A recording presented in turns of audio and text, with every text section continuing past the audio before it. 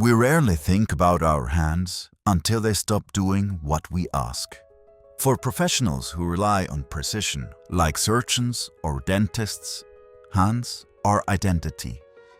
Our challenger spent his life performing high-precision work, but in 2024, a demyelinating disease changed everything.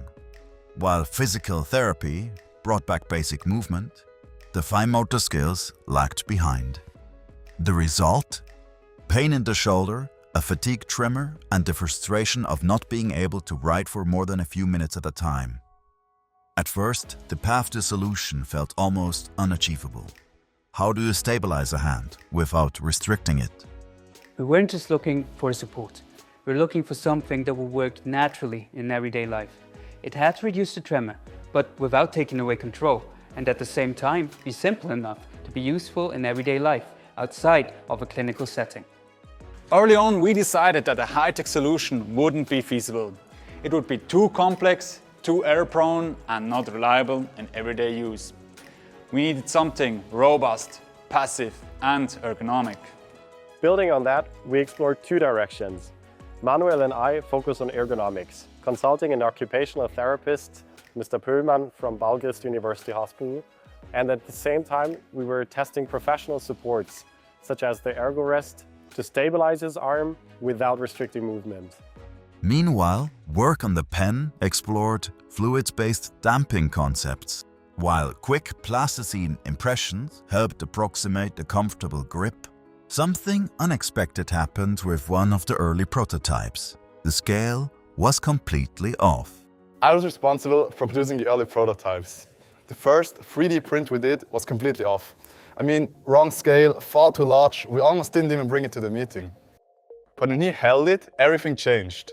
The larger volume reduced the stress immediately. The hand relaxed, the tremor eased, and fatigue set in much later. After our meeting, he took the ErgoRest home to test it in his own environment. But quickly, we realized that he couldn't attach it to his desk since there was no available edge to attach it to. So, what works in a controlled setting doesn't necessarily translate into a personal, everyday life environment. The challenger wanted to focus on the pen, a solution that is independent of his desk and which he can easily carry around. That made the direction clear, and we explored different damping approaches and ergonomics. In our weekly iterations, the fluid-based systems showed some potential, acting like a shock absorber for the tremor.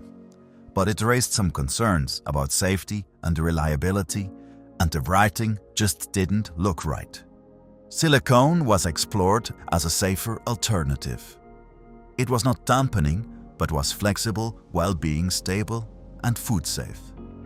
The result is a modular design with a custom TPU shell. The ink cartridge can be replaced and optional weights can be added at the back to fine-tune balance and stability. Das fühlt sich das sehr angenehm an in meiner Hand.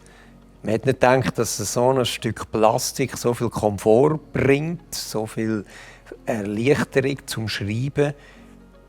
Die Abdrücke für meine Finger bringen eben auch Sicherheit. Ich muss mich viel weniger verkrampfen.